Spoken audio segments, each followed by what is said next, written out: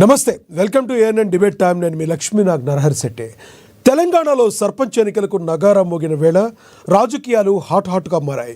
అభివృద్ధి ధ్యేయంగా, పంచాయతీ ఎన్నికల విజయమే లక్ష్యంగా సీఎం రేవంత్ రెడ్డి వ్యూహరచన చేశారు. 2 ఏళ్ల విజయాలు, 3 ఏళ్ల ప్రణాళికలు, నేటి నుండి పట్టణ బాట, అటు ప్రగతి మంత్రం, ఇటు పంచాయతీల గెలుపు తంత్రం. ఒక్క పర్యటనతో 3 లక్ష్యాల సాధనగా సీఎం రేవంత్ రెడ్డి అడుగులు వేస్తున్నారు. ఇక ముఖ్యమంత్రి రేవంత్ రెడ్డి జనంలోకి వెళ్తున్నారు. 2 ఏళ్ల విజయాలను, 3 ఏళ్ల ప్రణాళికను ప్రజల ముందుకు ఉంచేందుకు అధినేత రెడీ అయిపోయారు. సోమవారం సొంత జిల్లాలోని మక్తల్ నుండి పట్టణ యాత్రకు శ్రీకారం చుడుతున్న సీఎం చివరిగా రాజకీయ ప్రత్యర్థి కేసీఆర్ జిల్లా సిద్దిపేటలో యాత్రను ముగించనున్నారు. ముఖ్యమంత్రి జిల్లాల పర్యటనతో ఆయన జిల్లాలో పార్టీకి ఊపు రానుందా? సీఎం పర్యటనతో పంచాయతీ ఎన్నికల్లో వారు వన్ సైడ్ కానుందా? బీఆర్ఎస్ పార్టీ పరిస్థితి ఏంటి? ప్రజలు ఏమనుకుంటున్నారు? ఇవే అంశాల గురించి ఈరోజు చర్చ కొనసాగిద్దాం. చర్చలో పాల్గొనేందుకు మనతో సిద్ధంగా ఉన్నారు రాజకీయ విశ్లేషకులు పాపిరెడ్డి గారు మనతో జూమ్ కాల్లో అందుబాటులో ఉన్నారు. అదేవిధంగా రాజకీయ విశ్లేషకులు, న్యాయవాది బండారు రామ్మోహన్ గారు కూడా మనతో జూమ్ కాల్లో అందుబాటులో ఉన్నారు. బీఆర్ఎస్ నేత రామ్మోహన్ గారు జాయిన్ అవుతారు. అదేవిధంగా కాంగ్రెస్ నేత డాక్టర్ శివకుమార్ లాల్ గారు కూడా మనతో జాయిన్ అవుతారు. ముందుగా మనం పాపిరెడ్డి గారితో మాట్లాడదాం. రాజకీయ విశ్లేషకులు, నమస్తే సార్. పాపిరెడ్డి గారు. పాపిరెడ్డి గారు, నా వాయిస్ వినబడుతుందా? మాట్లాడండి. ఎస్. పాపిరెడ్డి గారు, ఎలా చూడాలి? రేవంత్ రెడ్డి గారు 4 రోజుల పాటు తెలంగాణ ముఖ్యమంత్రి 4 రోజుల పాటు జనాల్లో ఉండేందుకు సిద్ధమయ్యారు. పంచాయతీ ఎన్నికల గెలిపే లక్ష్యంగా ఆయన అడుగులు వేస్తున్నారు. పంచాయతీ ఎన్నికల్లోనూ కాంగ్రెస్దే హవా కనబడుతుందంటారా? ఏమంటారు మీరు?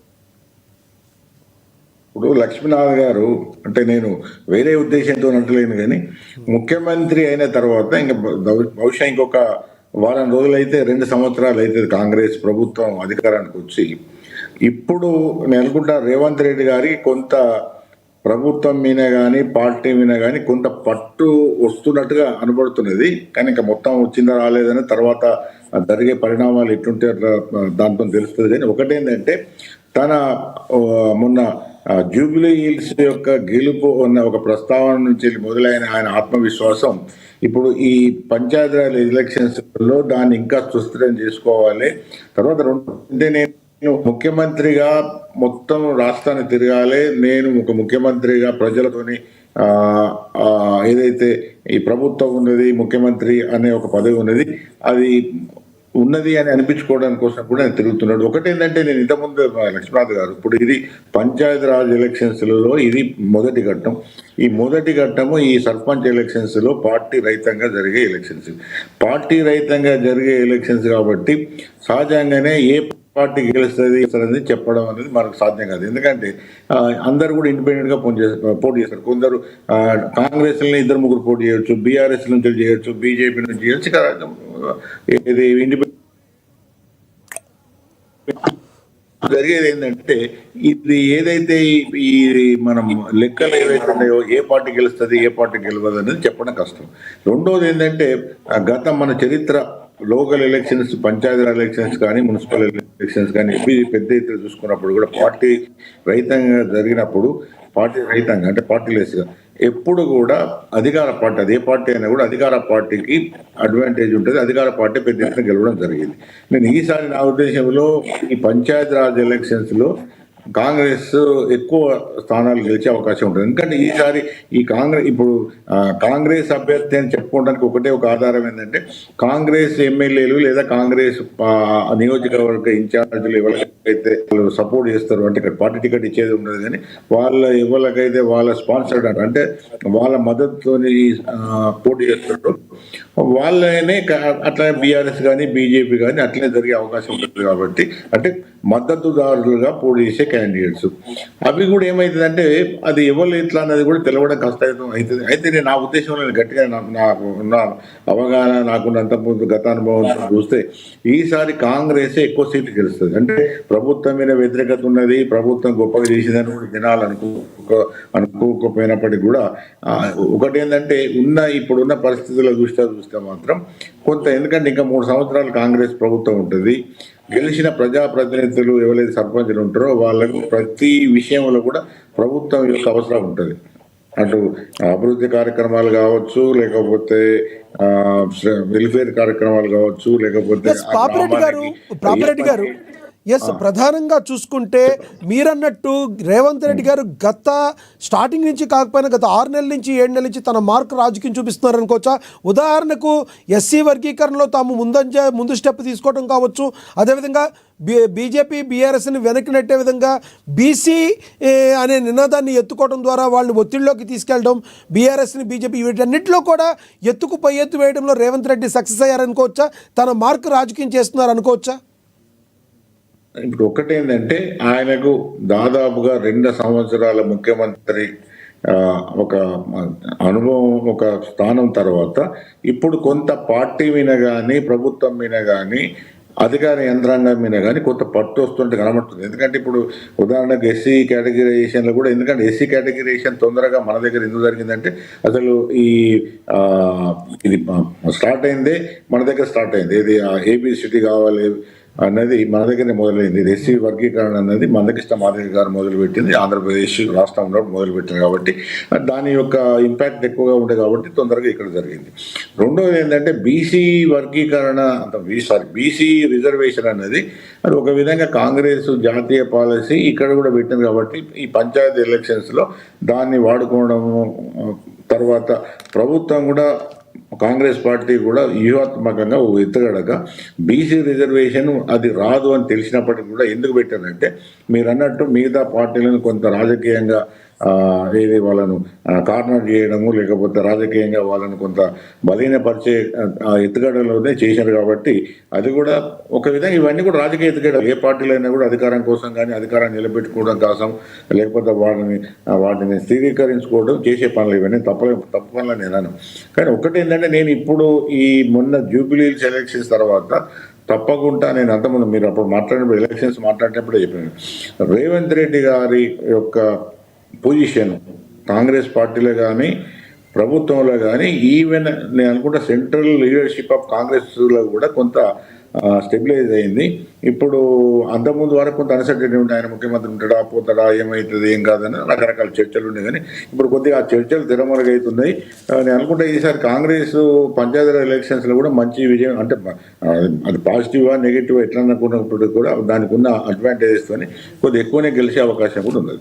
రైట్, మళ్ళీ మాట్లాడతాను సార్ మీతో పాపిరెడ్డి గారు. మనం రాజకీయ విశ్లేషకులు న్యాయవాది బండారు రామ్మోహన్ గారు ఆయనతో మాట్లాడదాం. రామ్మోహన్ గారు నమస్తే సార్. నమస్కారం లక్ష్మీనాథ్. రామ్మోహన్ గారు, నా 7 రోజుల పాటు 7 జిల్లాలో పర్యటన, అన్ని దగ్గర కూడా ఇప్పుడు ఈరోజు అయితే 50 పడకల ఆసుపత్రి తన సొంత నియోజకవర్గంలో, అదేవిధంగా కొన్ని శంకుస్థాపనలు కూడా ఆయన వెళ్తున్నారు. ఒక రకంగా రేవంత్ దూకుడు ఫస్ట్ టైం కనిపిస్తున్నారు అనుకోవచ్చా? గ్రామ పంచాయతీల విజయమే లక్ష్యంగా అభివృద్ధి, తెలంగాణ రాష్ట్ర అభివృద్ధి ధ్యేయంగాని కాంగ్రెస్ పార్టీ చెప్తుంది. ఏమనుకోవాలి? ఒక రకంగా బీఆర్ఎస్ బీజేపీ వెనుకంజలో ఉన్నాయనుకోవచ్చా ఈ ఎన్నికల్లో? లక్ష్మీనాథ్ గారు, మీకు పెద్దలు పాపిరెడ్డి గారికి అట్లాగే అమ్మాను ప్రేక్షకులకు నమస్కారం. నమస్తే సార్. పాపిరెడ్డి గారితో పూర్తిగా ఏకీపిస్తున్నారు. ఇక మళ్ళీ కొత్తగా ఆయన చెప్పింది వారు చెప్పింది మళ్ళీ నేను చెప్పడం బాగుండదు కనుక పూర్తిగా ఏకీపిస్తున్నారు. కాబట్టి న్యాయవాదిగా కొన్ని విషయాలు నాకు సందేహాలు ఉన్నాయి, వాటి గురించి కూడా ప్రస్తావిస్తారు. ఎందుకంటే ఇప్పుడు రేవంత్ రెడ్డి గారు ఒకనాడు కేసీఆర్ గారు చేసిన దానికంటే ఎక్కువ చేసే ప్రయత్నం చేస్తున్నారు. ముఖ్యంగా కొంతవరకు ఒక ప్రణాళిక కనబోతున్నారు. నిజంగా చెప్పాలని మనం గ్లోబల్ సమ్మిట్ ఎల్లుండి మన 88-9 తేదీలు దాని జరగడానికి రకంగా మంచి ప్రణాళికతో ముందుకు వచ్చారు. అంటే మనకు ప్యూరు రేర్ అనే దాంతో వచ్చారు. అది కూడా మాట్లాడుకోవడం, ఎందుకంటే ఒళ్ళు తిరగడం కాకుండా తిరిగే దానిలో న్యాయవాదిగా లీగల్ గా వచ్చే సమస్య చెప్తాను నేను. ఇప్పుడు మనకు రాష్ట్రంలో 167 లక్షల మంది ఓటర్లుగా ఇప్పుడు పంచాయతీ ఎన్నికలు ఓటు వేయబోతున్నారు. అంటే ఉన్న 3 కోట్ల మందిలో దాదాపు 55% ఓటర్లు ఇవాళ పాల్గొంటున్నారు. అంటే సగం కంటే ఎక్కువ, ఒక మినీ సార్వత్రిక ఎన్నికలాగా వచ్చింది. ఈ దశలో మున్సిపాలిటీల్లో ఎన్నికల కోడ్ లేదని తిరిగితే మరి ప్రభుత్వం ఎట్లా అనుమతిస్తుంది? ఎలక్షన్ కమిషన్ ఏం చేస్తారో అడుగుతున్నారు. తిరగడం తప్పుగా, ఎందుకంటే పార్టీ పరంగా జరిగే ఎలక్షన్స్ కాకపోవచ్చు. కానీ ఒక సగం కంటే ఓటర్లు ఎక్కువ మంది పాల్గొంటున్నప్పుడు ఇది మరి లీగల్ గా ఎట్లా జరుగుతుంది? ఎవరైనా కోర్టుకు పోతారా? లేకుంటే ఇప్పుడే మొదలైంది, వాళ్ళే మొదలైంది కనుక మరి ఏమవుతుంది అనేది తెలియదు. కనుక దీని మీద ఒక మొన్నటిదాకా ఇందిరమ్మ చీరలు కూడా పక్కన 9వ తారీఖు దాకా పంచుతామని మొదలు అయిపోయినాయా లేవా? అందుకని గతంలో రైతు బంధు వేస్తామంటే హరీష్ రావు మాట జారి రేపటి నుంచి టకటక డబ్బులు పడుతున్నాయంటే 2023 ఎన్నికలప్పుడు రైతు బంధు ఆపారు. ఆనుకోయింది పథకం కూడా.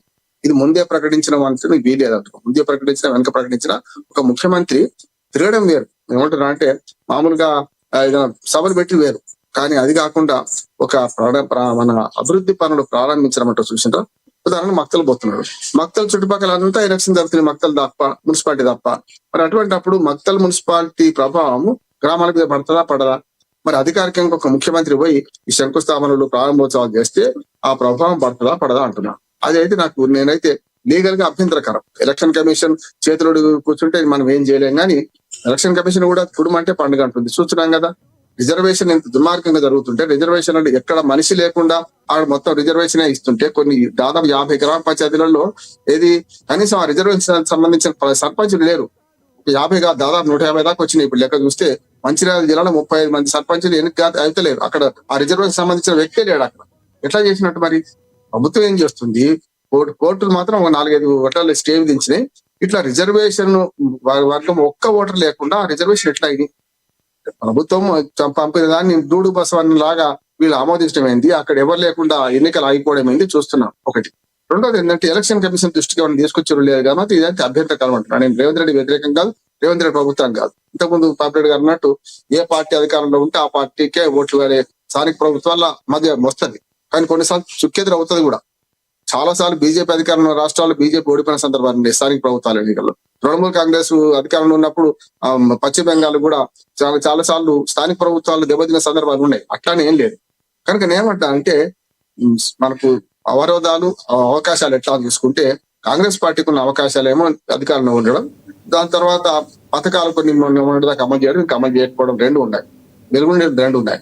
కానీ వాళ్ళ బీసీలు తిరగబడుతున్నారు కదా. బీసీలు ఏమంటున్నారు, మొన్నటి దాకా రేవంత్ రెడ్డికి పాలాభిషేకం చేసింది, ఇప్పుడేమో శివయాత్ర చేస్తున్నారు చూస్తున్నాం.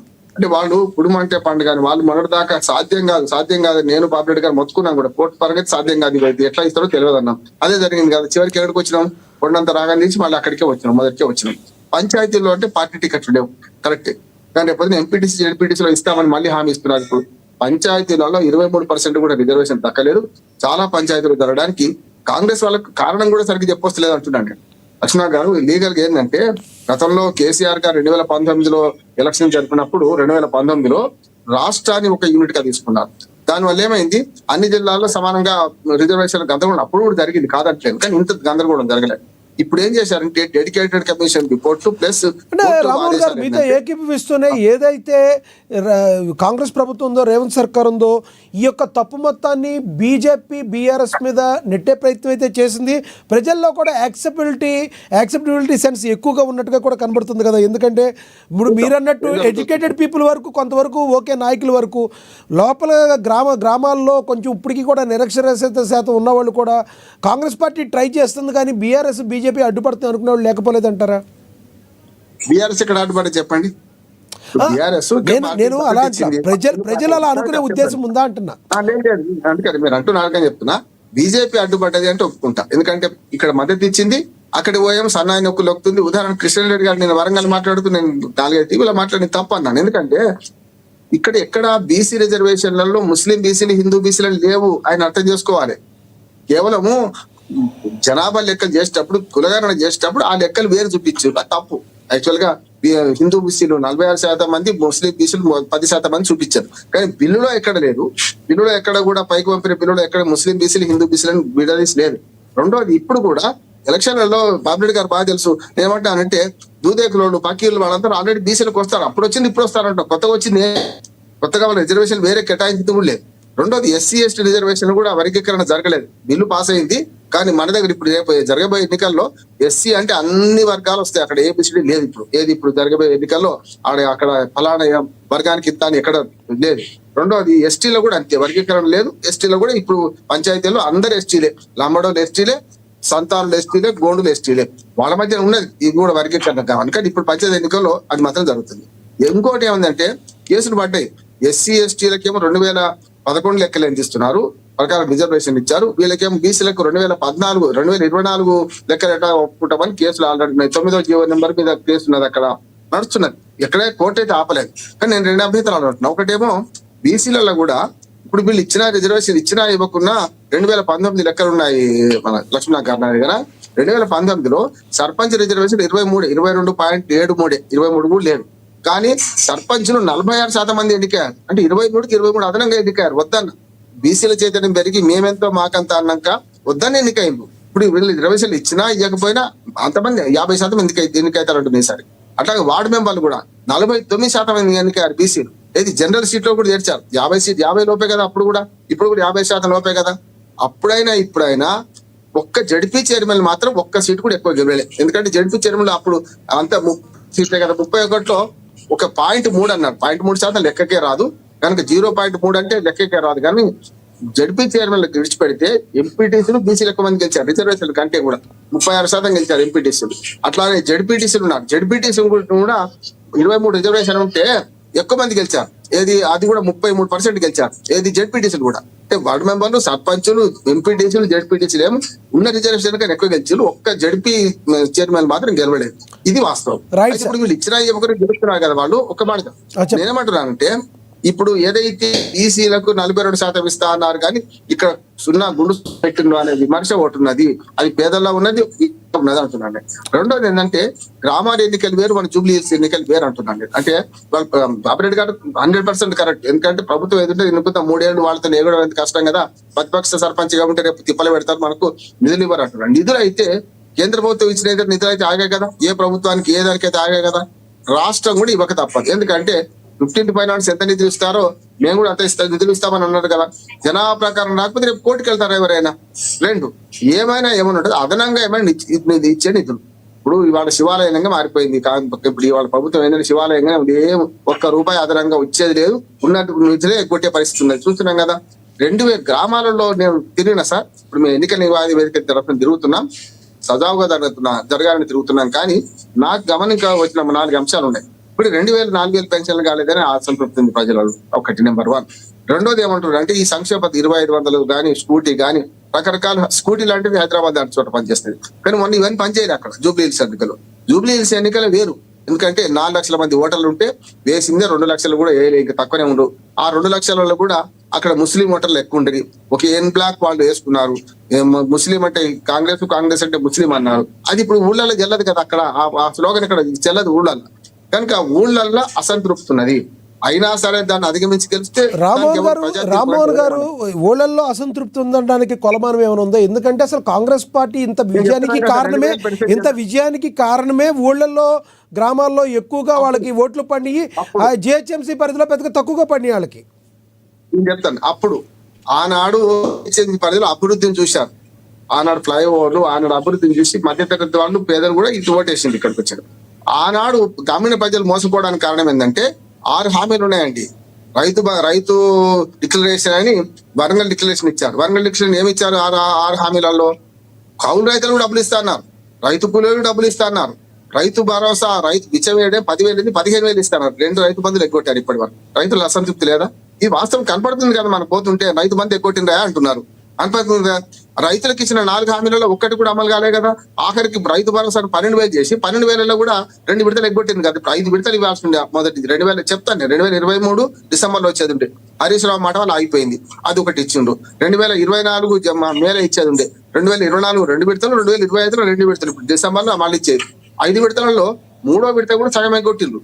5వ విడతలో గ్రామాలలో చర్చ జరుగుతుంది. ఇప్పుడు అది వాళ్ళు ప్రతిపక్షాలు సన్యాసుల మఠాలు కావు కదా. వాళ్ళు కూడా చెప్తుంటారు కదా, వాళ్ళ వాదన వాళ్ళు చెప్తుంటారు కదా. కనుక 5 విడతలలో 2 విడతలు ఇచ్చిండ్రు, 3వ విడత సగం ఎగ్గొట్టిండ్రు. ఇంకా 2 విడతలు అట్లా బాకీ ఉన్నాయి. నువ్వు మాట వస్తుంది. నేను చెప్పిన హామీలు అంటారా? మహిళలకు ఇచ్చిన హామీలలో 2,500 రూపాయలు ఇటీవలే కదా. మహిళలు అసంతృప్తి ఉంటారా లేకపోతే ఏమైనా కానీ వేస్తారంటే వేస్తుండో చెప్పలేం. ఇప్పుడు డబ్బులు కాసేపడి వేస్తుండో చెప్పలేం. కానీ ఇక్కడ జరుగుతుంది ఏంటంటే కాంగ్రెస్ పార్టీ పంచదు. కాంగ్రెస్ పార్టీ కండువాలు ఉంటే మనకు చెయ్యి గుర్తుండదు అక్కడ. కానీ కాంగ్రెస్ పార్టీ కండువాలు వేసుకున్న వాళ్ళు గెలిస్తే కార్లు ఎక్కాం. కానీ పార్టీలను ఏం చేస్తే అంటే ఒకవేళ ఒక్క మాట సార్, ఒకవేళ నిజంగానే ఏ కండువాలు లేకుండా గెలిచినా ఏ దొడ్డో అయినా మాదే దూడ అనే పరిస్థితిలో ఏంటంటే ప్రతిపక్ష పార్టీ వాడు గెలిచినా రేపు అధికార పార్టీతో సంబంధం ఉంటుందని. అట్లాగే అసంతృప్తులు కూడా ఉన్నారు చాలా మంది. ఒకటే పార్టీ నుంచి 3 4 బాబురెడ్డి గారు చెప్పారు ఇంతకుముందు, 3 4 ఒకటే పార్టీ. ఎవరికి మద్దతు చేయలేక ఎవరు గెలిస్తే మావాడు ఏం చేద్దాం మరి మీరు పోటీ పడడానికి అన్ని పార్టీలు, కాంగ్రెస్ ఒకటి, కాంగ్రెస్ కానీ బీఆర్ఎస్ కానీ విడిచిపెడుతున్నాయి. అంతిమంగా నేను చెప్పేది ఏంటంటే అధికార పార్టీ బ్లెచ్చింగ్ ఉంటుంది, అలా ఏ మాత్రం తేడా లేదు. కానీ ఇవన్నీ లెక్కలోకి తీసుకుంటే గతంలో గ్రామాల్లో ఏదైతే ఆశపడి ఇచ్చిందో అవి కాలేదు అనే అసంతృప్తి మాత్రం గ్రామాల్లో నాకైతే కనపడుతుంది. నేను తిరిగిన చాలా చోట్ల కనపడుతుంది. ఆ అసంతృప్తి కప్పట్టి మరి వాళ్ళకే ఓట్లేస్తారా లేక ప్రతిపక్షాలకు ఏమైనా చేస్తారా అనేది చెప్పలేము. ఇవైతే లెక్కకే రావు. ఏ పార్టీ గెలిచినా ఇంతమంది ఫలానా అనేది లెక్కకి రావు. ఏ గ్రామంలో ఆ గ్రామం తెలుసు ఎవడు అనేది. ఫలానా Right. రామ్మోహన్ రావు ఏ పార్టీ అని తెలుస్తుంది కదా అంటున్నాను. Right sir, right. మళ్ళీ మాట్లాడుతూ సార్ మనం కాంగ్రెస్ అధికార ప్రతినిధి డాక్టర్ శివకుమార్ లాల్ గారు జాయిన్ అయ్యారు, ఆయనతో మాట్లాడదాం. శివకుమార్ గారు నమస్తే సార్. నమస్కారం లక్ష్మీనాథ్ గారు. శివకుమార్ గారు, సీఎం పర్యటనతో పంచాయతీ ఎన్నికల్లో వార్ వన్ సైడ్ కానుందంటారా? 7 రోజుల పర్యటనలో జిల్లాల వారీగా సుడిగాలి పర్యటన చేయనున్నారు మీ సీఎం రేవంత్ రెడ్డి గారు. చాలా రోజుల తర్వాత అసలు రేవంత్ రెడ్డి గారు రాజకీయం కనబడుతుంది. రాజకీయ విశ్లేషకులు మాట్లాడిన మాటలు విన్నారు, ఏకీపిస్తారా? ముందుగా ఏఎన్ఎన్ న్యూస్ ప్రేక్షకులకు, మీకు ప్యానల్ ఉన్న బాబు గారికి, మరి బండారి రామ్మోహన్ రావు గారికి నమస్కారం. ముందుగా జనంలోకి సీఎం రేవంత్ అని ఏదైతే టైటిల్ పెట్టిరో దానికి మీకు కూడా శుభాకాంక్షలు. గతంలో ఏదైతే ముఖ్యమంత్రి రాజశేఖర రెడ్డి గారు ఉండేనో ఆ విధంగానే రేవంత్ రెడ్డి గారిని జనాలలో ఉండమని చెప్పడం జరిగింది. రాతపూర్వకంగా ఏదైతే ప్రజా దర్బార్ పెట్టమని చెప్పడం జరిగింది. సరే, ఆల్మోస్ట్ ఆల్ ఒక 23 నెలల తర్వాత అయినా ఈరోజు జనంలోకి వెళ్ళడము, జనాలలో ఈ ఎలక్షన్ అనేది ఒకటే సాకు చూపించకుండా నిజంగా కూడా జనాలలో ఏమి ఇబ్బందులు జరుగుతున్నాయి, ఎక్కడ మనం ఇచ్చిన హామీలు పూర్తి కాలేదు, ఇవన్నీ కూడా ఆయన మైండ్ లో పెట్టుకొని రేపు జనాలలోకి పోవడం మంచిది. రెండోది, ఇప్పుడు బండారి రామ్మోహన్ రావు గారు చెప్పినట్టు కానీ, పాపిరెడ్డి గారు చెప్పినట్టు కానీ ప్రజల్లోకి ఈ 2 సంవత్సరాలు దగ్గర ఒక నెల అంటే ఆల్మోస్ట్ ఆల్ ఇప్పుడు డిసెంబర్ 1 ఇవాళ కాబట్టి 2 సంవత్సరాలు అనుకోవచ్చు కాంగ్రెస్ పార్టీ అధికారంలోకి వచ్చి. అయితే ప్రజల్లో మట్టుకు స్కీమ్లు ఇచ్చిండు, కొన్ని స్కీమ్లు ఇయ్యలేదు అనేది అయితే మట్టుకు ఆ చర్చ జరుగుతుంది, అది వాస్తవం. కానీ దాన్ని పూర్తి చేస్తామని చెప్పి మొన్న జూబ్లీస్ ఎలక్షన్ లో ముఖ్యమంత్రి రేవంత్ రెడ్డి గారు కూడా అనౌన్స్ చేయడం జరిగింది. ఎందుకంటే ఇప్పటి వరకు అండ్ మోర్ ఎవర్ మన పాపిరెడ్డి గారు మాట్లాడిన దానికి నేను ఫస్ట్ సమాధానం ఇస్తాను. ఎందుకంటే పాపిరెడ్డి గారు ఏమంటుంటారంటే రేవంత్ రెడ్డి గారికి పట్టు లేదు, ఇప్పుడు కొంచెం పట్టు వచ్చింది అనే రకంగా పాపిరెడ్డి గారు మాట్లాడేది. కానీ నాకున్న అనుభవం, పార్టీలో నేను తిరుగుతున్న దానికి ఆలోచిస్తే రేవంత్ రెడ్డి వర్కింగ్ ప్రెసిడెంట్ వచ్చినప్పుడే కాంగ్రెస్ పార్టీ కులగణ అంటే గుణాలేంటి, లేకపోతే ఏ నాయకుడు ఎటువంటిది అనేది పరిస్థితులు ముందు స్టడీ చేసిండ్రు పాపిరెడ్డి గారు వర్కింగ్ ప్రెసిడెంట్ ఉన్నప్పుడు. తర్వాత ఆయన అయితే పిసిసి అధ్యక్షుడు అయిన తర్వాత అందరినీ ఎవరైతే అసమ్మతిగా ఉన్నారో వాళ్ళందరినీ కూడా పోయి కలవడం జరిగింది, షాల్వా ఏసీ మర్యాద పూర్వకంగా కలవడం జరిగింది. అప్పుడు ఆయన డిసైడ్ అయిండు, ఎవరు నేను పిలిస్తే నేను పోయిన మర్యాద ఇస్తున్నారు, ఎవరు ఇస్తలేరు అనేది కూడా ఒక నిర్ణయంకి వచ్చేసిండు. ఆ తర్వాత ఎలక్షన్ కి ఆయన దూకుడుగానే పోవడం జరిగింది. దూకుడుగానే ఎలక్షన్ లో చెప్పినట్టు మార్పు కావాలి, కాంగ్రెస్ రావాలని, నేను అధికారం. అయితే శివలాల్ గారు, పాపిరెడ్డి గారు అన్న దానిలో ఎక్కడ నమ్మాల్సి వస్తుందంటే మీ కోమటిరెడ్డి బ్రదర్స్ కావచ్చు, కొంతమంది మొన్నటి వరకు కూడా కారాలు మిరిగాలు నూరిన పరిస్థితి. ఈ రోజంటే కామ్గా ఉన్నారు, కానీ కొంతమంది మ్యాక్సిమం మీ దగ్గర రేవంత్ రెడ్డి గారికి ఆపోజిట్గా కొన్ని ధృవాలు కదిలిన తీరు ప్రజలందరూ కూడా గమనించారు కాబట్టి అందరికీ అనుమానాలు వస్తాయి, కాదంటారా? అదే నేనేం చెప్తున్నా లక్ష్మీనాథ్ గారు, పాపిరెడ్డి గారికి నేను మళ్ళా, ఎందుకంటే ఇప్పుడు ఉన్న ఇద్దరు అనలిస్టులు కూడా బాగా అనుభవజ్ఞులు, వయసు మళ్ళినోళ్ళు. ఎందుకంటే వాళ్ళకి తెలుసు ఏం జరుగుతుంది ఏందనేది. ఇప్పుడు నేను పార్టీలో ఉన్నా కాబట్టి కొన్ని విషయాలు నేను ఓపెన్ గా వాళ్ళతో పాటు ఏకీభవిస్తా, కొన్ని పార్టీ లైన్ లో కూడా నేను మాట్లాడతా. ఎందుకంటే ఇప్పుడు ఈ దిశగా ఆలోచిస్తే ఆ తర్వాత ఆయన డిసైడ్ తీసుకున్నాడు, దాని తర్వాత కొన్ని ఇబ్బందులు జరిగినాయి మీరు అన్నట్టు.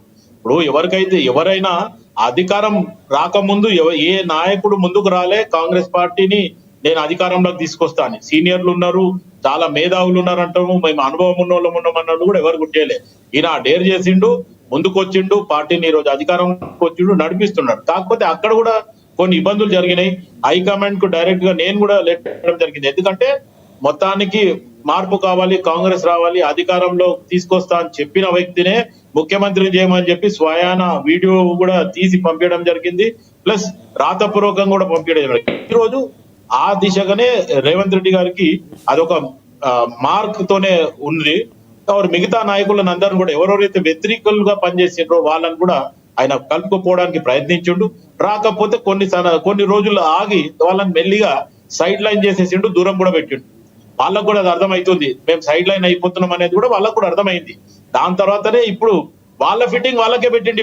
ఇప్పుడు కోమటిరెడ్డి రాజగోపాల్ రెడ్డికి రావాలనుకుంటే కోమటిరెడ్డి వెంకటరెడ్డి సైడ్ లైన్ కావాలా, మీరిద్దరు ఆలోచించుకొని అని చెప్పి వాళ్ళ మీద వదిలేసిండు. ఇప్పుడు ఎందుకంటే రెడ్డి ట్యాగ్ లైన్ కి ఇద్దరికి రావాలి అంటే ఇప్పటికే రెడ్డి ట్యాగ్ లైన్ ఎక్కువ ఉన్నారు కాబట్టి మీరిద్దరు అన్నదమ్ములు ఆలోచించుకోండి. ఒకళ్ళు ఇన్ను ఒకళ్ళు అవుట్, మీరు దాన్ని ఒప్పుకుంటారంటే ముందుకు రండి, లేకపోతే పెట్టి వదిలింది.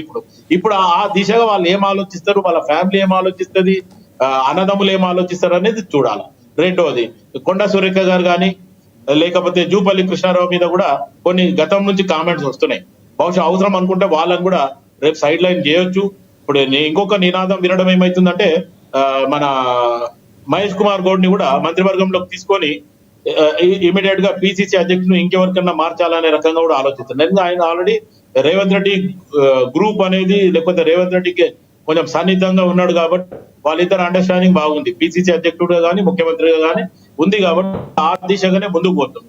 రేపు ఆయన మంత్రివర్గంలో తీసుకుందాం, ఈ 3 సంవత్సరాలు ఆయనని మంత్రివర్గంలోకి తీసుకుందాం అంటే కూడా ఆశ్చర్యపడాల్సింది లేదు. ఎందుకంటే పిసిసి అధ్యక్షుడిని పదవి ఇంకెవరికైనా కట్టబెట్టి ఈయనని మంత్రివర్గంలోకి తీసుకుంటారు. ఈ రకంగా ఆలోచిస్తూ పార్టీలో మార్పులు చేర్పులు తీసుకొని ఇంకా ముందుకు పోతాడు. రేపు రాబోయే 3 సంవత్సరాలలో నేను కూడా రేవంత్ రెడ్డి గారికి మన లైవ్ డిబేట్ ద్వారా సూచన సలహా ఏమిస్తున్నంటే, గతంలో రాజశేఖర రెడ్డి గారు ఎట్లయితే ముందుకు పోయిండ్రో ప్రజా సమస్యలను తీరుస్తూ లేకపోతే ప్రజలతోని ముఖమవుతూ లేకపోతే ప్రజలతో ముఖాముఖి ఫోన్ ద్వారా కానీ లేకపోతే ప్రజా దర్బార్ పెట్టి ఆ దర్బార్లో కలవడం కానీ రేవంత్ రెడ్డి గారు సిద్ధంగా ఉన్నారు. శివలాల్ గారు రేవంత్ రెడ్డి గారు సిద్ధంగా ఉన్నట్టే కనబడుతుంది. ఆయన చిత్తశుద్ధిని మనం ఏమి శంకించడం లేదు. కానీ వాక్ స్వాతంత్రం ఎక్కువ ఉన్న మీ కాంగ్రెస్ పార్టీలో ఇవన్నీ జరగనిచ్చేస్తారా? ఇప్పటికైనా రాజశేఖర్ రెడ్డికి రాగా ఆయన ముందుకు వెళ్ళాడు, ఆయనలో వెనక లాగేవాళ్ళు లేరంటారా? అవన్నీ దాటుకుని వెళ్ళగలరంటారా? లేదు. ఇప్పుడు లక్ష్మీనాథ్ గారు నేను ఎందుకు స్ట్రాంగ్ గా చెప్తున్నా ఈ రోజు ఈ డిబేట్ లో అంటే, ఆల్మోస్ట్ ఆల్ పాపిరెడ్డి గారు కానీ లేకపోతే బండారు రామ్మోహన్ రావు గారు కానీ ఇప్పుడే చెప్పిన బాగా అనుభవం ఉన్నోళ్ళు, వాళ్ళకు కూడా తెలుసు నేను ఏ రకంగా మాట్లాడతా. నేను పార్టీ లైన్ లో ఉన్నా, పార్టీ అవసరం చేస్తే తప్పు చేస్తే నేను పార్టీ గురించి కూడా నేను చెప్తా. ఎందుకంటే మనం పార్టీ ఉంటేనే మనం ఉన్నాము అనేది నాయకులు అందరూ ఆలోచించాలి. ఏ పార్టీ అయినా సరే, అది కాంగ్రెస్ పార్టీ అని ఒకటే కాదు, బీజేపీ కానీ బీఆర్ఎస్ కానీ, పార్టీ ఉంటేనే మనం ఉన్నాం అనేది ఒకసారి ఆలోచించాలి. కానీ పార్టీలో ఇంకొక పని ఏం చేయాలంటే అంకిత భావంతో పనిచేస్తున్న వాళ్ళని కూడా గుర్తించాలి. ఎందుకంటే పక్క పార్టీలకే వచ్చిన వాళ్ళనే కాకుండా లేకపోతే వాళ్ళే గెలుపు గుర్రం అంటే ఎవ్వరు గెలుపు గుర్రం లేరు లక్ష్మీనాథ్ గారు. నాకున్న అనుభవంలో ఎవరినైనా తీసుకొచ్చి అక్కడ గెలిచిన తర్వాతనే వాళ్ళు గెలుపు గుర్రం అవుతుండ్రు తప్ప ఆ ఫస్ట్ టైం గెలిచేటోళ్ళు అందరూ ఫస్ట్ టైం ఎలక్షన్ నిలబెట్టేవాళ్ళు అంతా అనామకులే. ఎవరేం పెద్ద పుట్టుకతోనే రాజశేఖర రెడ్డి గారి పీరియడ్ లో 2 టర్మ్లు కూడా రాజశేఖర రెడ్డి గారి హయాంలో గెలిచిన వాళ్ళందరూ కూడా రాజశేఖర రెడ్డి గారి శ్యామ్ తోని ఆయన లెక్కలతోనే గెలిచిండ్రు తప్ప ఎవరికి కూడా వ్యక్తిగతంగా లేదు. ఇప్పుడు మొన్న గెలిచిన వాళ్ళ దాంట్లో కూడా నీకు హైదరాబాద్ లో గ్రేటర్ హైదరాబాద్ లో ఆలోచిస్తే 15 కాన్స్టిట్యున్సీల బీఆర్ఎస్ గెలిచింది, కాంగ్రెస్ గెలవాలి అంటే ఇచ్చిన క్యాండిడేట్లు స్ట్రాంగ్ ఉన్నారా లేదా అనేది కూడా మా పార్టీ ఆలోచించాలా. ఎందుకంటే వీళ్ళు గెలుపు గుర్రాలు, వీళ్ళు డబ్బులు పెడతారు. ఇంకొకటి నేను నా ఒక చిన్న విశ్వాసం ఏంటంటే, డబ్బులు పెట్టేటోళ్ళనే గెలిపిస్తా అంటే ఇవాళ రేపు ఏమైపోయిందంటే పరిస్థితి, ఆశయం ఉన్నోనికి ఇస్తే ఖచ్చితంగా ఆ ఆశయంతోనే ముందుకు పోతాడు. కానీ ఆశ ఉన్నోనికి ఇస్తే వాడు దోసుక తింటుండు అనేది జగమెరిగిన సత్యము. ఈ రోజు ఖచ్చితంగా జరుగుతుంది. అది ఇటువంటి వాళ్ళని దూరం చేసి నిజంగా కూడా నేను అనేది నా ఒక్కరికే ఇవ్వమని కాదు. ఇప్పుడు బహుశా పాపిరెడ్డి గారు ఉన్నారు, కాంగ్రెస్ పార్టీ అభిమాని, పక్కన జరిగింది. ఇప్పుడు ఈ రోజు బండారు రామ్మోహన్ రావు గారు ఉన్నారు, అనుభవం ఉన్న వ్యక్తి, మిగతా పార్టీలతో కానీ మిగతా అనుబంధ సంస్థలు కానీ అనుభవం ఉన్నారు. ఇటువంటి వ్యక్తులను తీసుకొస్తే ఆ కాన్స్టిట్యున్సీ కానీ లేకపోతే ఆ పార్లమెంటరీ కాన్స్టిట్యున్సీ కానీ డెవలప్ అవుతుంది. నేను నా ఒక్కని గురించే మాట్లాడతలేడా, ఇటువంటి వాళ్ళని కూడా అడ్వైజర్ గా మనకు పనికొచ్చేటోళ్ళని వేయాలి. కానీ వీళ్ళు ఏదో నేను కూర్చోమంటే కూర్చుంటారు, లేవమంటే లేస్తారు అన్న వాళ్ళని అడ్వైజర్ ఇస్తే కూడా ఈ రోజు పార్టీకి ఏమి ఫలితం లేకుండా పోతుంది. అయితే ముఖ్యమంత్రి ఈ మధ్యన తీసుకున్న నిర్ణయాలలో ఖచ్చితంగా మార్పులు చేర్పులు ఉండాలి. రాజశేఖర రెడ్డి గారి లాగానే ముందుకు పోవాలని చెప్పి నేను కోరుకుంటున్నాను. రైట్ సార్, పాపిరెడ్డి గారు కంక్లూడ్ చేయండి సార్. ఒకటి, ఇద్దరు కూడా చాలా డిఫరెంట్ విషయాలు మాట్లాడినారు కాబట్టి ఇద్దరు మాట్లాడిన దాని మీద మాట్లాడకపోతే ఒకటి ఏంటంటే, ఇప్పుడు రామ్మోహన్ రావు గారు ఫస్ట్ మాట్లాడారు. ఇప్పుడు ఒకటి ప్రజలలో గ్రామీణ ప్రాంతాల్లో వ్యతిరేకత ఉన్నది, అందులో ఏ మాత్రం అనుమానం లేదు. ఎందుకంటే రైతులు సంతోషంగా లేరు, గ్రామీణ ప్రాంతాల ప్రజలు కూడా సంతోషంగా లేరు. కాంగ్రెస్ ప్రభుత్వం చాలా గొప్పది, దానికి ఓటేయాలనే భావన కూడా గ్రామీణ ప్రాంతాలు లేదు. అయితే ఇక్కడ కాంగ్రెస్ కలిసి ఇచ్చే అంశం ఏంటంటే ఈ పార్టీ టికెట్ లేదు కాబట్టి ఆ ఏదైతే అసంతృప్తి ఉన్నదో, కోపం ఉన్నదో ఇవాళ మీరు చెప్పాలి. గెలిచే అంటే పూర్తి డిస్ట్రిక్ట్లో అంతా ఇండిపెండెంట్, అంటే మామూలుగా ఇండిపెండెన్స్. ఎవరు కాంగ్రెస్ అనేది ఏదో కామన్ వాళ్ళు కప్పుకుంటారా, స్పాన్సర్డ్ కాంగ్రెస్ అని చెప్పినప్పటికీ కూడా ఒకవేళ అదే అఫీషియల్గా కాంగ్రెస్, టీఆర్ఎస్, బీజేపీ ఇంకా వేరే పార్టీల సింబల్స్ మీద గెలిచినప్పుడు ఈ ఏదైతే వ్యతిరేకత ఉన్నదో ప్రస్ఫుటంగా బయటకు వచ్చి జనాలు ఒక మితమైన గట్టి నిర్ణయం తీసుకునే అవకాశం ఉంటుంది. కానీ ఈ ఎలక్షన్లో అవకాశం లేదు, ఎందుకంటే ఇండిపెండెన్స్ కాబట్టి. ఇప్పుడు మొన్న చూస్తే నైట్లో 12 గంటల వరకు కూడా నామినేషన్ చేస్తున్నారు, అంటే చాలా పెద్ద ఎత్తున పోటీ చేస్తున్నారు.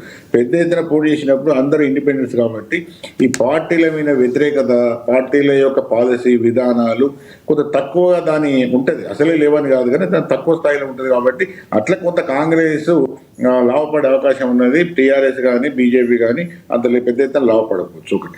రెండో అంశం ఏంటంటే ఇప్పుడు మీరు ఇప్పుడు ఉన్నాయి, ఇప్పుడు ఈ డెవలప్మెంట్, ఇప్పుడు సీఎం గారు పోతే కేవలం ఎలక్షన్స్ గురించి పోతేనే బాగుంటుంది.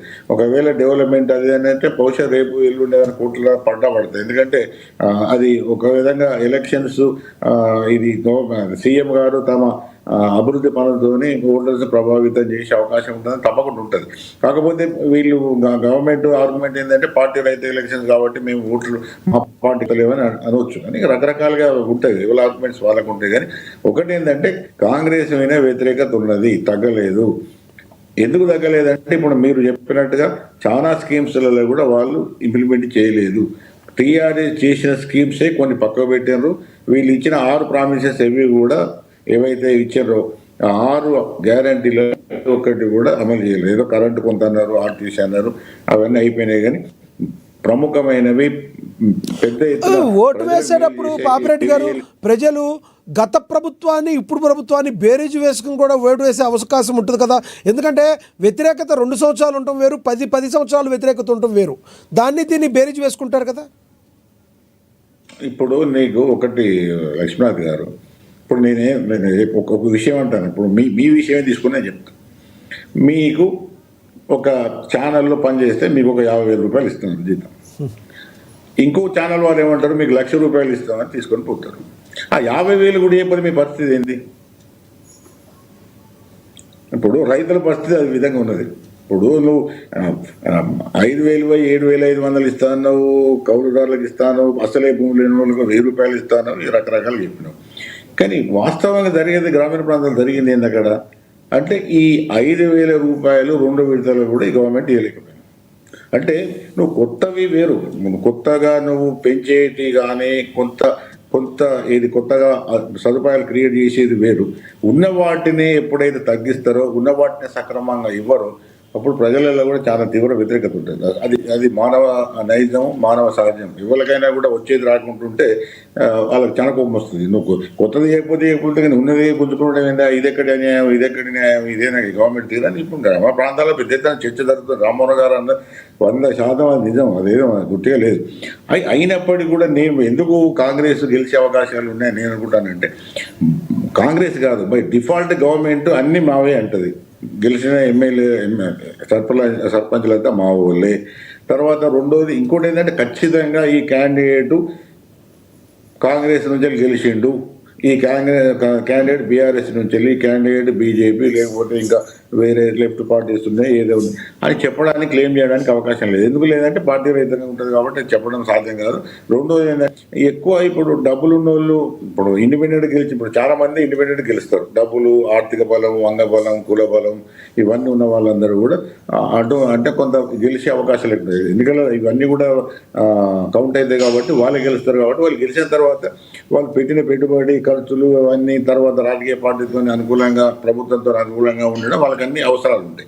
అయితే ఇక్కడ ఇంకోటి ఏంటంటే మీరు చెప్పిన ఇప్పుడు ఈ బీసీ, ఇప్పుడు నేను అంతకుముందే చాలా సార్లు 42% రిజర్వేషన్ ఇప్పటికే పోయినసారి చూసుకుంటే, అంటే రద్దయిన పంచాయతీలు, గ్రామ పంచాయతీలు అంటే సర్పంచ్లు కానీ ఎంపీటీసీలు జడ్పీటీసీలు ఈవెన్ చైర్మన్లు కూడా జడ్పీ చైర్మన్లకు కూడా ఈ బీసీలు ఏదైతే 42% అంటున్నారో ఈ 42% కన్నా చాలా ఎక్కువ శాతం ఉన్నారు వాళ్ళు. ఎక్కువ నేను అనుకున్న దాదాపు 55-60% బీసీలే ఉన్నారు. ఇది ఓపెన్ కోటాలో కూడా వాళ్ళ కోటా ప్లస్ వాళ్ళు ఓపెన్ కోటాలో కూడా 30-40% వాళ్ళకి వచ్చినాయి. ఎందుకు వచ్చినాయి అంటే అదేదో ఏదో అపనో లేదో ఎవడో ఇస్తే తీసుకునేది కాదు. వాళ్ళు కొంత రాజకీయంగా ఎదిగినరు, వాళ్ళు నిలబడే పోటీ సామర్థ్యం వచ్చింది, తర్వాత వాళ్ళ ఏదైతే వర్గాల నుంచి కూడా చైతన్యం వచ్చింది, వాళ్ళు కొంత గెలిచారు.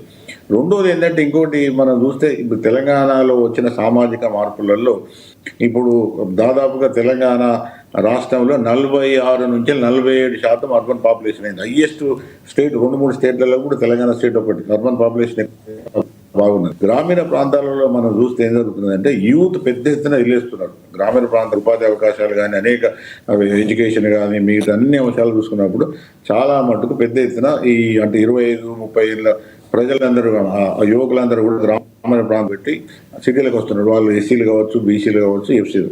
అయితే ఈ క్రమంలో ఎఫ్సీలు చాలా 15-20 ఏళ్ళ కిందనే గ్రామాలు వదిలిపెట్టారు. నేను ఇవాళ ఊళ్ళో చూస్తే మీరు ఒకప్పుడు ఒక 20 ఏళ్ళ కింద ఒక 40-50 ఎఫ్సీ రెడ్లు కావచ్చు, వెలుమలు కావచ్చు, లేకపోతే అది కమ్మ కావచ్చు, లేకపోతే ఇంకో వాళ్ళు ఇప్పుడు 5-10 కుటుంబాలు కూడా లేరు. ఉన్నా కూడా వాళ్ళు కేవలం 60-70 సంవత్సరాలు పైబడ్డ వాళ్ళే ఉంటారు. కాబట్టి సహజంగానే ఈ ఓపెన్ కోటాలో బీసీలకే ఎక్కువ అవకాశాలు ఉన్నాయి. బీసీల మధ్యనే పోటీ ఎక్కువ ఉన్నది, ఎఫ్సీలు లేరు. ఫిగర్ ఇవాళ ఈసారి జరిగే గ్రామ పంచాయతీ ఎలక్షన్లో నేను ఇప్పుడు నామినేషన్స్ మొత్తం అయిపోయిన తర్వాత ఒక్కసారి మండల్ లిస్ట్ మనం తీసుకొని చూస్తే ఎక్కువ క్యాండిడేట్స్ బీసీనే పోటీ ఉంటుంది. ఆ బీసీలలో కూడా గ్రామీణ ప్రాంతాలలో కూడా 2-3 కులాలు ఉన్నాయి. ఒక గౌడ్స్ ఉండొచ్చు, యాదవ్స్ ఉండొచ్చు, ముద్రాస్ ఉండొచ్చు. అయితే ఈ మధ్యన జరుగుతుంది కాబట్టి తప్పు కాదు. అంటే ఒకప్పుడు ఎఫ్సీ వర్గాలకే ఇది ఉన్న వ్యవస్థ నుంచి అది బీసీ వర్గాలకు వచ్చిందంటే సామాజికంగా ఒక ముందడుగు, ఒక మంచి మార్పుగా దాన్ని మనం స్వాగతించాలి, వెల్కమ్ చేయాలి. కాబట్టి ఇవన్నీ కూడా చూసుకున్నప్పుడు ఏంటంటే పంచాయతీరాజ్ ఎలక్షన్స్ అనేది ఒక ముందడుగు. ఇది సరే ఈ ఫలితాలు ఈ రోజు టాపిక్ గురించి మీరేం చెప్తారు? చివరిగా జనంలోకి రేవంత్ వెళ్ళడం అనేది కాంగ్రెస్ పార్టీకి ఏమని చెప్తారు? మీరు ఆల్రెడీ స్టార్టింగ్ లో చెప్పారు, కంక్లూజన్ గా 1 సెంటెన్స్ లో చెప్పండి సార్ ప్లీజ్. ఇప్పుడు ఒకటి లక్ష్మణ్ గారు, ఎప్పుడు కూడా ప్రభుత్వం దగ్గర పోతే ప్రజలు సంతోషిస్తారు. రైట్, ప్రజల దగ్గర రావాలని కోరుకుంటారు. ముఖ్యమంత్రి కానీ, మంత్రులు కానీ, అధికార యంత్రాంగం కానీ ప్రజల దగ్గరికి పోయి మాకు సమస్యలు ఏంటి అని అడిగితే ఎవరైనా సంతోషపడతారు. ఎందుకు సంతోషపడరు? కాకపోతే ఇది కేవలం రాజకీయ ఎత్తుగడలు, జిమ్మిక్స్ ఇవి కాకుండా చిత్తశుద్ధితో పోయి ప్రజల యొక్క సమస్యల పరిష్కారం కోసం కాంగ్రెస్ పార్టీ కానీ, రేవంత్ రెడ్డి గారు కానీ ఒకవేళ అది ఆ దృష్టితో ముందడుగు చేస్తే మాత్రం అటు ఆయన ముఖ్యమంత్రిగా కానీ, ఇటు పార్టీ కానీ, ముఖ్యంగా ప్రజలకు కూడా మేలు జరుగుతుంది. కాబట్టి మనం ఆ దిశగా పోవాలని నేను కోరుకుంటున్నాను. రైట్ పాపిరెడ్డి గారు, ఎస్ మీరు కంక్లూడ్ చేయండి సార్. రామ్మోహన్ గారు కంక్లూడ్ చేయండి. పాపిరెడ్డి గారు చాలా వివరంగా చెప్తుండ్రు. ఇప్పుడు బీసీ అభ్యర్థులు ఎక్కువ మంది గెలవడానికి ప్రధాన కారణం కూడా వారు చెప్పారు. చాలా మంది మీరన్న ఎఫ్సీ మిగతా అదర్ కాస్ట్ అంటే ఎస్సీ, ఎస్టీ, బీసీ, మైనార్టీ తప్ప మిగతా వాళ్ళందరూ కూడా ఆల్మోస్ట్ ఆల్ ఊరు ఇడిచిపెట్టి పట్టణాలకు తరలి. ఇప్పుడు నాకే హైదరాబాద్ లో 2 ఇళ్ళు ఉన్నాయి. నాలాంటి వాడు ఎవరు చాదస్తం ఉన్నవాడు వెనుకొచ్చిండు కానీ చాలా మంది ఊళ్ళో ఉంటలేరు. నెంబర్ 1. ఇంకోటి రాజకీయాలు ఎందుకు అనుకుంటున్నారు? ఇప్పుడు నేను ఊళ్ళో ఉంటున్నాను, నాకు 3 పార్టీలు వచ్చి మా ఇంటికి వచ్చేస్తారు. నేను ఎవరికి ఓటేస్తారో తెలుసు, వాళ్ళు తెలియకపోయినా నన్ను పట్టించుకోరు. అంటే నేను ఊరికి వచ్చి మళ్ళీ ఊళ్ళో బతుకుతున్నాను. కానీ చాలా మంది వెనక్కి రారు. అక్కడ విన్నవాళ్ళు ఏదో ఉద్యోగ వ్యవహారం చేసుకుంటే వాళ్ళ పని వాళ్ళు చేసుకుంటారు. కనుక నాలాంటి వారు ఎవరైనా రిటర్న్ మైగ్రేషన్ అయ్యిండే కానీ చాలా వరకు ఇక్కడి నుంచి అటు మైగ్రేషన్ అవుతారు. విద్య, ఉద్యోగ అవకాశాల కోసం, పిల్లల చదువుల కోసం పోతున్నారు. కనుక నేనేమంటున్నాను అంటే గ్రామాలలో ఇవాళ వీళ్ళు లేకపోవడం వల్ల పెద్ద ఏం నష్టమేం కాలేదు. కానీ ప్రభావ వర్గాలు ఇప్పటికి కూడా వాళ్ళే అంటున్నాను. నేను చెప్తున్నాను కదా, మా ఊరికి నేను ప్రజ్ఞాపురం సర్పంచ్ గా 2వ సర్పంచ్ 29 ఏళ్ళు ఒక వెలమదూరు ఉన్నాడు మా ఊళ్ళో. నా తర్వాత మిగతా కులాలన్నీ ఎన్నికైంది. నా తర్వాత 3 సర్పంచ్లు పనిచేశారు. ఇప్పుడు ఏమైంది? చైతన్యం మున్సిపాలిటీ అయింది. అయినాక కూడా నేను ఏమంటున్నానంటే 50% లోపలే గెలుస్తున్నారు. కానీ 23 ఉంటే 60-46 గెలిచింది కదా. ఆ చైతన్యం వచ్చింది, వాళ్ళు నిలబడుతున్నారు. అందుకు ముఖ్యంగా బీసీలో చాలా పోటీ ఉంటుంది అంటున్నారు. ఈ విషయానికి వస్తే ఏమంటున్నానంటే ఇంతకుముందు చెప్పాను కదా, నేను దాని గురించి కూడా మాట్లాడుకోవాలి. ఒక పట్టు పెరిగింది. ఏదైనా సరే రేవంత్ రెడ్డి గారికి పార్టీ మీద పట్టు పెరిగింది. దాంతో పాటు ప్రభుత్వం మీద కూడా పట్టు పెరిగింది. మొన్నటి దాకా అధికారులు తోకదాడి నుంచి వాళ్ళు ఉన్నారు, సరిగ్గా వినలేరు. వాళ్ళందరూ తోకలు ఎక్కడెక్కడ చూసుకున్నారు, కట్ చేశారు, దారికి వస్తున్నారు. ఇక 3 ఏళ్ల ప్రభుత్వం ఉంది. అందుకనే కాంగ్రెస్ పార్టీ పాపిరెడ్డి గారు చెప్పినట్టు ఎట్లా గెలుస్తుంది అంటే ఇదే అన్నట్టు. వాళ్ళు గెలిచినా వేరే పార్టీ వాడు గెలిచినా రేపు పొద్దున మళ్ళీ ఇందులో మారుతారంటున్నాడు. గతంలో బీఆర్ఎస్ హయాంలో జరిగింది అదే. బీఆర్ఎస్ పేరు మీద గెలవకున్నా కాంగ్రెస్ పేరు మీద గెలిచిన చాలా మంది కౌన్సిలర్లు లేకుంటే వార్డు మెంబర్లు సర్పంచులు ఈ కండువా కప్పుకున్నారు. బీఆర్ఎస్ కండువా కప్పుకున్నారు. గతంలో జరిగింది అదే. అప్పుడు ఏదో మాకు మధ్య పోటీ ఉండే మేము గెలిచినాము, కానీ ఇప్పుడు మీ పార్టీలో ఉండలేము, ఇంకా పనులు చేసుకోవాలంటే ఏమైనా అభివృద్ధి పనులు చేయాలంటే వాళ్ళతో కలవాలి. కానీ ఇక్కడ ఏమైందంటే ఒక పెద్ద లోపం ఏంటంటే ఇవాళ 15th ఫైనాన్స్ నిధులు ఆగిపోయి దాదాపు 2 ఏళ్ళు అయిపోయింది. ఇవాళ రాష్ట్ర ప్రభుత్వం ₹1 ఇప్పటిదాకా ఇవ్వలేదు. ఆశలు అడిగంటున్నాయి. అందుకని నేనేమంటున్నాను, కాంగ్రెస్ పార్టీకి ఎన్ని అవకాశాలు అంత అవరోధాలు కూడా ఉన్నాయంటున్నారు. 2 ఉన్నాయంటున్నాను. అవరోధాలు ఏంటి చెప్తున్నాను కదా. 2 ఏళ్లుగా ₹1 ప్రజలకు ఇవ్వలేదు. పాత పథకాలు ఏమి చేయలేదు. కొత్త పథకాలు ప్రకటించారు కానీ ఇవి అమలు కావడం లేదు. ఒక బస్సును ₹200 200 యూనిట్ల కరెంట్ తప్ప. ఇవన్నీ అవరోధాలు అంటున్నాను. ఈ అవరోధాలు ఎప్పుడు అధిగమిస్తారంటే వేరే పార్టీ మీద గెలుస్తారు వీళ్ళు పోటీగా. ఎందుకంటే కాంగ్రెస్ పార్టీ క్యాండిడేట్ గా అయితే బీఆర్ఎస్ చేయడు కదా. కానీ బీఆర్ఎస్ గెలిచినా రేపు మళ్ళీ కాంగ్రెస్ పార్టీ వైపు మొగ్గు చూపుతారు అంటున్నాను నేను. గెలిపిస్తారు ప్రజలు.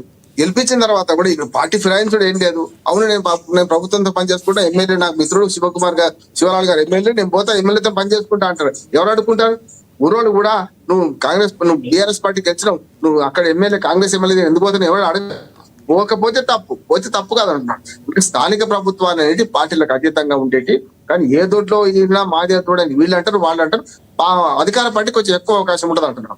అయినా తప్పు లేదంటున్నాను. ఎందుకు తప్పు లేదంటే ఒకదానికి మంచిగా చెడ్డ నా ఊరి అభివృద్ధి కోసం నేను ఎమ్మెల్యేని కలుస్తాను. నా ఊరి అభివృద్ధి నేను ముఖ్యమంత్రి. పార్టీ నాయకులు పెద్ద వాళ్ళే పార్టీ ఫిరాయించి దుర్మార్గంగా వ్యవహరిస్తూ ఇంట్లో ఉన్నాడా అండ ఉన్నాడా తెలవకుంటున్నప్పుడు గ్రామస్థాయి నాయకులు ఒక సర్పంచ్ వార్డు మెంబరు ఎమ్మెల్యేలతో అధికార పార్టీ వాళ్ళతోనే అంటకాగితే తప్పేందండి. అంటకాగుడు కూడా కాదు, పనులు చేసుకోవడం తప్పనిసరి పోవాలంట. డిమాండ్ చేయాలి, మా ఊరికి ఇది కావాలని అడగాలంటున్నాను నేను. అందుకని గ్రామాభివృద్ధి ధ్యేయంగా పోవాలి. ఒక మాట చెప్పి ముగిస్తాను. ఇవాళ గ్రామాల్లో జరుగుతున్న దానిలో వేలంపాట వెర్రి నడుస్తున్నది, వేలంపాట రాజకీయాలు నడుస్తున్నాయి. అటువంటి అప్పుడు శివకుమార్ గారు నేను నాలుగు ఎవ్వరు కూడా రాజకీయాలు వచ్చే పరిస్థితి లేదు. గ్రామస్థాయిలో ఒక పోటీ చేయాలంటే ₹1 పట్టుకోవాలనే సమస్య వస్తుంది. నిన్న చూసాం 73 లక్షలకు అక్షరాలు 73 లక్షలకు ఒక ముస్లిం అభ్యర్థి ఆమె ఆ ఊరిని కొనుక్కుంది అంటున్నాను ఈ మాట. అంటే నలుగురు దొంగ చీకటి ఒకటైనా నలుగురు కలిస్తే ఊరు వాళ్ళందరూ మనోభావం ఏం కావాలి? అందుకని ఇటీవల మేము లక్ష్మీనాథ్ గారు జరగకూడదంటే ముందు ప్రజల్లో మార్పు రావాలంటారా సార్ రామ్మోహన్ గారు? ప్రజల్లో మార్పు రానంత కాలం నాయకులు అలాగే ఉంటారు కదా. కాదు, మీరు ఉల్టా మాట్లాడుతున్నారు. ప్రజలను కోరుకుంటూ ఉదాహరణ చెప్పండి. మా ఊళ్ళో పోటీ జరగాలి, పోటీ జరిగితే ₹10 వస్తాయి. నిజంగా చెప్పాలంటే పోటీ జరిగితే 500 1000 ఇస్తారు. అవి పోయినాయి కదా. ప్రజల మార్పు ఏం కావాలి? వీళ్ళు నలుగురు కలిసి అందరు కలుపుకొని దొంగ చీకటి ఒకటైనట్టు పంచుకుంటుంటే వేలంపాట రాజకీయాలు నడుస్తున్నాయి, భయంతో నడుస్తున్నాయి, భక్తితో నడుస్తున్నాయి. గతంలో ఏకగ్రీవాలు మంచి అభినందించాలని మేము బహుమతులు ఇచ్చాము కూడా. 5 ఇప్పటికీ లక్ష్మణ్ గారు 5 లక్షలు, 10 లక్షలు, 15 లక్షలు, 20, 25 మాక్సిమం 25 లక్షల బహుమతి ఉన్నది. ప్రభుత్వం ఇచ్చే బహుమతి ఉంది. ఇప్పుడు ఒకటే కదా, ప్రభుత్వం పాలసీ అయితే మారలే కదా. కానీ దానికంటే అదనంగా చాలా మంది డబ్బులు ఇచ్చి మేము చేస్తామంటున్నారు. అది పెద్ద అవరోధం అవుతుంది. ఒక మాట చెప్పి ముగిస్తాం. చిన్న ఉదాహరణ, నేను 2001 సర్పంచులకు ట్రైనింగ్ ఇస్తున్నాను. మన ఆఫీషియల్ గా నేను స్వయంగా కాదు, రాష్ట్ర ప్రభుత్వం తోలితే 2001 నుంచి ఇప్పటిదాకా 4 బ్యాచ్లకు ఇచ్చారు. 2019 బ్యాచ్ లో యాదాద్రి భువనగిరి జిల్లా మన భూదాన్ పోచంపల్లి ట్రైనింగ్ క్లాస్ లో మేము 500 మంది సర్పంచులకు 5 బ్యాచ్లు ఇచ్చినాం. 5 సార్లు వచ్చినాం. దానిలో ఒక ఎస్టీ సర్పంచ్ ఏమనంటే, సార్ ఈ సర్పంచ్ గిరేమో కానీ నాగమైనా మొత్తం అంతా ఎకరం భూమి పోయింది సార్ నాకు. ఎస్టీ సర్పంచ్ ఎందుకమ్మా అని అన్నా. భీమాబాయి పేరు కూడా చెప్పు. ఎందుకమ్మా మనం అంటే చూస్తే లిస్ట్ చూస్తే ఏకగ్రీవంగా ఎన్నికైంది. ఏకగ్రీవంగా ఎన్నికైనా కదా, మీరు డబ్బులు ఎక్కడి నుంచి పట్టే అన్న. మంచి ఉదాహరణ చెప్పింది. చూడండి, ఇప్పుడు శలబాల్లాగా మారిపోతుంది. ఇక్కడ ఏదో ఉందని వస్తున్నారు, కానీ రేపు పొద్దున భూములు అమ్ముకోవాల్సి వస్తుంది అంటున్నారు సర్పంచ్ చేస్తే. మేము కూడా ఇచ్చినాం, భూములు ఇచ్చినాం, పుస్తకాలు ఇచ్చినాం. కానీ ఇప్పుడు అట్లా కాదు. ఏమైందంటే ఆమె ఒక ఉదాహరణ చెప్పింది. మీరు అందరినీ సమాధానం 4 పోటీ చేశారట. మనిషికి ₹5 లక్షల చొప్పున వాళ్ళకు 30 చెప్తే వాళ్ళు విడ్రా చేసుకున్నాడు. చెప్పింది డైరెక్ట్ గా. అవి ఓంగా ఊరోళ్ళు ఏమన్నారంటే మీరు కాంప్రమైజ్ అయితే అయిపోయిందా, మాకు దావత్ ఇస్తావా లేదన్నారట. 800 ఓట్లు శివలాడ్ గారు 800 ఓట్లల్లా అందరికి ఊర దావత్ ఇస్తే 5 లక్షలు ఖర్చు అయినాయట. 25 లక్షలు పోయినాయా? వాళ్ళు ఏమన్నారు, మీరు అడిగి ఏకగ్రీవం చేస్తే నువ్వు గుడి కట్టిస్తాను భూమి ఇవ్వమన్నారట. 1 ఎకరం భూమి ఇచ్చి. 1 ఎకరం అంటే ఆనాడు 50 లక్షలు చిల్లర, ఇప్పుడు తక్కువైన ఊళ్ళలో. అప్పుడు 50-60 లక్షలు ఉండే. 1 ఎకరం భూమి పోయింది. ఒక 1 ఎకరం భూమి అమ్ముకోనేమో ఈ పైసలు పెట్టింది. మళ్ళీ అందరికి సమాధాన పరిస్థితి 50 లక్షలు అయిపోయింది.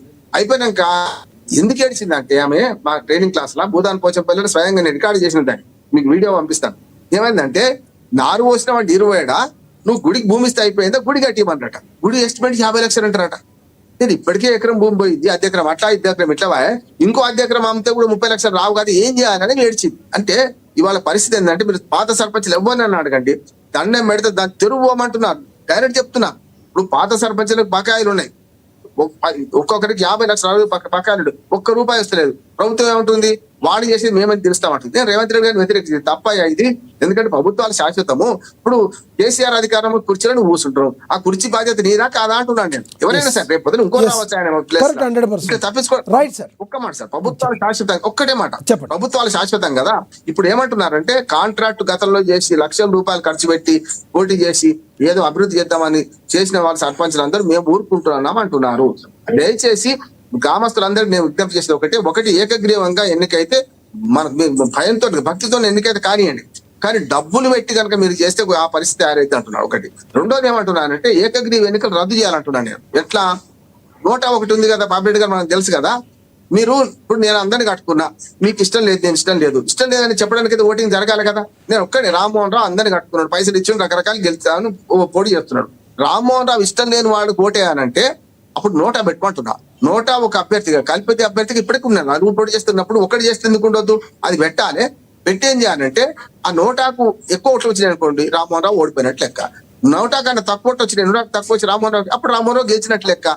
దీనికి ఏమైతుంది అంటున్నాను నేను. ఇట్లా పెడితే ఏమైందంటే, ప్రజలకు ఓటు వేసి అధికారం తీసేసినట్టు కాదు, ఏకగ్రీవ ఎన్నిక ప్రజల ఓటాకు నిరాకరిస్తుంది. ఇది చాలా పెద్ద మార్పు. ఇప్పుడు రాదు, ఎలక్షన్ మొదలైనవి, ఆల్రెడీ ఫస్ట్ విడత నామినేషన్లు అయిపోయినాయి, సెకండ్ విడత నామినేషన్ రేపటికి అయిపోతున్నాయి. ఇది రాకపోవచ్చు, కానీ ఈ ప్రపోజల్ మేము పెట్టింది ఏంటంటే, ప్రజల ఓటు హక్కును ఏకగ్రీవాల పేరు మీద లాక్కోవద్దు, నెంబర్ 1. రెండోది, ఏకగ్రీవాల పేరు మీద ఈ వేలంపాట రాజకీయాలు జరుగుతున్నాయి, కొంటున్నారు, ప్రజలను కొంటున్నారు. లేకపోతే ప్రజలు కూడా, నేను చెప్పాను కదా, ఈ రెండు జరగొద్దు. ఈ ఎన్నికలలో పార్టీ రహితంగా ఉండి కనుక ఒక్క మాట చెప్పాలి, ఏ ఎన్నికైనా ప్రజలు గెలవాలి, పార్టీలు కాదు, నాయకులు కాదు, ప్రజలే గెలవాలి. ఎన్నికల్లో ఏ ఎన్నికైనా సరే ప్రజలు ఓడిపోతున్నారు, నాయకులు పార్టీలు గెలుస్తున్నాయి. ఇది వద్దంటే డబ్బులకు అమ్ముడు పోకండి, మీ ఓటు డబ్బులకు అమ్ముడు పోకుండా నలుగురు నిలబడితే మంచి వాడికి ఓటేయండి అని. మనం ఏ పార్టీ లేదు కదా ఇక్కడ, మంచి వాడికి ఓటేయండి చెప్తాం, ఎందుకంటే ఎలక్షన్ జరుగుతున్నాయి కనుక. రైట్ రామ్మోహన్ గారు, మీ అభిప్రాయం తెలియజేసినందుకు. ఎస్ శివకుమార్ లాల్ గారు, కంక్లూడ్ చేయండి.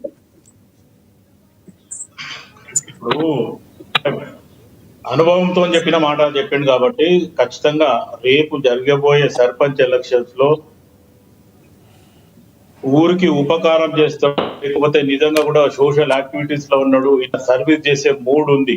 నో డౌట్ ఎవరైనా డబ్బులు సంపాదిస్తారు, వద్దంటే కూడా డబ్బులు వస్తాయి, 10 వచ్చిన తర్వాత డబ్బులు వస్తాయి, అది పక్కన పెడితే దాంతో పాటు సేవా గుణం ఉన్న వ్యక్తిని గిట్ట మీరు ఎన్నుకుంటే రేపు మీ ఊరు బాగుపడుతుంది అనేది ఇండైరెక్ట్ గా రామ్మోహన్ రావు గారు చెప్పడం దాని సారాంశం. నిజంగా కూడా అది వాస్తవము.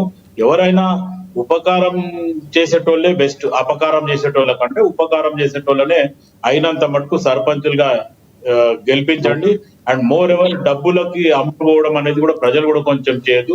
రైట్, టాపిక్ మీద కంక్లూడ్ చేయండి సార్. ముఖ్యమంత్రి రేవంత్ రెడ్డి జనంలోకి వెళతాము, మీ కాంగ్రెస్ పార్టీకి కానీ లేదంటే రానున్న రోజుల్లో మీకు ప్లస్ గా భావిస్తున్నారా ఏంటనేది, సమయం తక్కువ ఉంది, కొంచెం కంక్లూడ్ చేయండి ప్లీజ్. ఈ రోజు జనంలోకి రేవంత్ రెడ్డి అనే రకంగా, రేవంత్ అనే రకంగా, లేకపోతే కాంగ్రెస్ పార్టీ ముఖ్యమంత్రి అనగా నిజంగా కూడా అది మంచి పరిణామము. ముఖ్యమంత్రి జనంలోకి ఉంటేనే ప్రజల మన్నన గాని అభిమానం గాని బాగుంటుంది. ఆర్ ప్రజలకు కూడా ఏం సమస్యలు ఉన్నాయనేది నేరుగా ముఖ్యమంత్రి కూడా తెలుస్తుంది. కాబట్టి మధ్యవర్తి లేకుండా, ఎవరు అర్జీలు లేకుండా అనే రకంగా కూడా ఉంటుంది. అవసరమైతే డైలీ కూడా ప్రజా దర్బార్ లాగా పెట్టి, గతంలో రాజశేఖర రెడ్డి గారు కలిసినట్టు 8:30 నుంచి 9 లోపల కలిసి అందరిని పంపించి తర్వాత మీరు లాబీలో ఎవరిని కలుస్తారో మీరు అది మీ విషయం. కానీ ప్రజల్లో ప్రజా దర్బార్ పెట్టి మటుకు ప్రజల్లో ముఖ్యమంత్రి ఉంటే మటుకు ఇంకా ముఖ్యమంత్రికి ప్లస్ అవుతుంది. రాబోయే రోజులలో కూడా ఇంకా కాంగ్రెస్ పార్టీకి ఇది మంచి ఫలితాలను ఇస్తుంది. ప్రజలకు కూడా ఒక మంచి నమ్మకము, ఒక గట్టి విశ్వాసం ఉంటది. కాబట్టి ఎట్టి పరిస్థితుల జనంలోనే ముఖ్యమంత్రి ఉండడము, మంత్రులు కూడా ఉండడము, అధికారులను పోమని చెప్పడం కాదు, అధికారుల మీద కూడా ఈ మంత్రులు వీళ్ళందరూ కూడా ఎప్పటికప్పుడు నిఘా ఇస్తేనే బెస్ట్ ఉంది. ఇప్పుడు కాంగ్రెస్ పార్టీ అధికారంలోకి వచ్చిన తర్వాత కూడా కొంచెం మంది అధికారులు పనిచేస్తలేరు అనేది కూడా చాలా దుమారం ఎత్తుతుంది. అండ్ మోర్ ఎవర్ ఫైల్స్ కూడా పెండింగ్ ఉన్నాయనే రకంగా మాట్లాడుతుంటూ ఇవన్నిటి మీద కూడా ముఖ్యమంత్రి దృష్టి పెట్టాలి. జనంలోనే ముఖ్యమంత్రి ఉంటే నిజంగా కూడా ది బెస్ట్. రైట్, ధన్యవాదాలండి శివలాల్ గారు, మీ అభిప్రాయం తెలియజేసినందుకు ధన్యవాదాలండి. పాపిరెడ్డి గారు ధన్యవాదాలండి. రామ్మోహన్ గారు, బండారు రామ్మోహన్ గారు, మీ యొక్క అభిప్రాయాలు తెలియజేసినందుకు. ఏదేమైనప్పటికీ కూడా ఈరోజు మక్తల్ నుండి పట్టణ యాత్రకు శ్రీకారం చుట్టిన తెలంగాణ సీఎం రేవంత్ రెడ్డి చివరిగా తన రాజకీయ ప్రత్యర్థి కేసీఆర్ జిల్లా సిద్దిపేటలో యాత్రనైతే ముగించనున్నారు. ముఖ్యమంత్రి జిల్లాల పర్యటనతో ఆయా జిల్లాలో పార్టీకి మంచి ఊపు వస్తుందని చెప్పి మరి కాంగ్రెస్ పార్టీ భావిస్తుంది. అయితే ఎంతవరకు ఇది ఉండనుంది, మరి రానున్న రోజుల్లో ఎన్ని పంచాయతీలని మరి కాంగ్రెస్ పార్టీ గెలుచుకోనుంది, బీఆర్ఎస్ పార్టీ హవా ఏమన్నా కొనసాగుతుందా అంటే మరి కొంతకాలంలో మరి దానికి సమాధానం దొరుకుతుంది. ఇప్పటి వరకు అయితే కాంగ్రెస్ పార్టీ తన ఊపిరి కొనసాగిస్తూ రేవంత్ రెడ్డి అప్రతిహాసంగా తన యొక్క ఏదైతే చేయాలి దలుచుకున్నారో ముందుకు తీసుకెళ్తంలో సక్సెస్ అయ్యారని మనం అయితే చెప్పుకోవచ్చు. ఇది వాటి స్పెషల్ డిబేట్. చూస్తూనే ఉండండి ఏఎన్ఎన్. నమస్తే.